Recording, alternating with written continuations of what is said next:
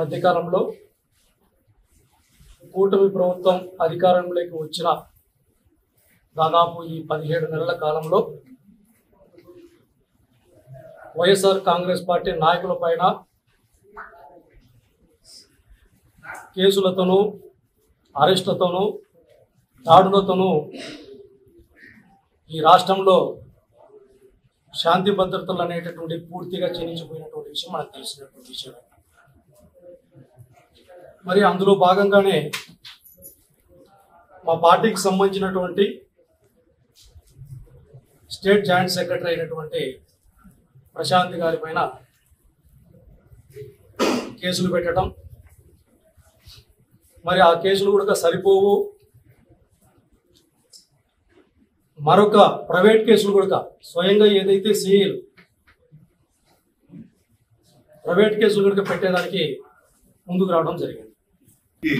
వచ్చిన పత్రికా సోదరులకు అలాగే మా వైఎస్ఆర్సీపీ కుటుంబ సభ్యులకు కృతజ్ఞతలు తెలియజేసుకుంటూ, మొన్న అంటే 21వ తేదీన ఎక్సైజ్ సిఐ గారు మా మీద ఒక 1 టౌన్ స్టేషన్ లో కేసు పెట్టడం జరిగింది. ఏమంటే నేను ఆయన్ని ఏదో ఫోన్ లో తిట్టాను అని ఒక కేసు పెట్టడం జరిగింది. అందుకు ముందే కేసు పెట్టక ముందే నాకు వేరే వాళ్ళ ద్వారా కాల్ చేయమని చెప్పారు. ఆయన కాల్ చేసినప్పుడు ఆయన పూర్తిగా నేను నీ మీద ఇప్పుడు కేసు పెట్టకపోతే నన్ను 3 సంవత్సరాలు విఆర్ లో పంపిస్తున్నారు, నన్ను క్షమించు, నేను తప్పని పరిస్థితుల్లో ఈ కేసు పెట్టాల్సి వస్తుంది అని ఆయన వాపోయారు. ఆ వీడియో మీరు విన్నారు. మరి ఆయనతో ఎందుకు ఎవరు ప్రెజర్ పెట్టి ఆయన నేనంటే వాళ్ళకి ఎందుకు అంత కక్ష కూడా నాకు అర్థం కావట్లేదు. వ్యాపారాలపైన కేసు పెట్టారు, ఫాల్స్ కేసు. ఇప్పుడు పర్సనల్ గా నా మీద కేసు పెట్టాల్సిన అవసరం అది ఎవరికి ఉందో ఏమో ఆయన సిఐ గారిని మీరు వివరంగా అడిగి తెలుసుకోవాల్సిందిగా కోరుతున్నాను.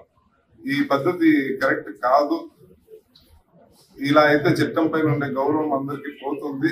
దయచేసి ఇలాంటివి ఎవరైతే చేయిస్తున్నారో వాళ్ళు మానుకోమని, ఇలాంటి చిల్లర కేసులకంతా భయపడి పార్టీని ఇంకా దూరం ఉండే ప్రసక్తే లేదు. ఇలాంటివి ఎన్నో పార్టీ కోసం భరించాం, ఇంకా ముందు కూడా ఎన్నో భరిస్తాము. ఎట్టి పరిస్థితుల్లోనూ ప్రాణం ఉన్నంత వరకు వైఎస్ఆర్సీపీ జగన్ సార్ వెంటే ఉంటామని ప్రతికాముఖంగా తెలియజేస్తున్నాం.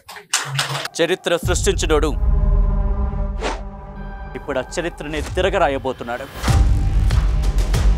అబద్ధాల గోడల్ని బద్దలు కొట్టి నిజాలను రాగా మీ ముందుంచబోతున్నాడు.